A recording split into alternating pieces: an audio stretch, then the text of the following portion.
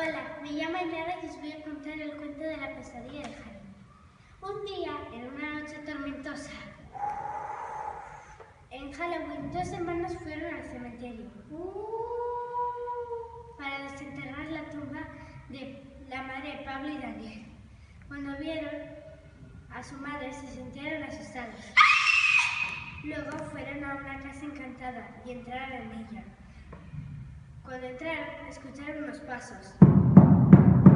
Entonces subieron al ático y vieron gotas de sangre que les llevaba a una habitación.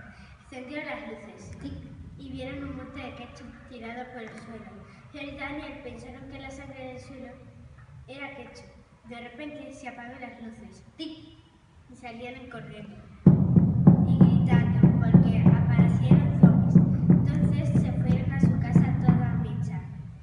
Cuando llegaron se encerraron. Al final todo era mentira y los zombies eran su padre y su madre y su tía, y la casa era decorada de Halloween.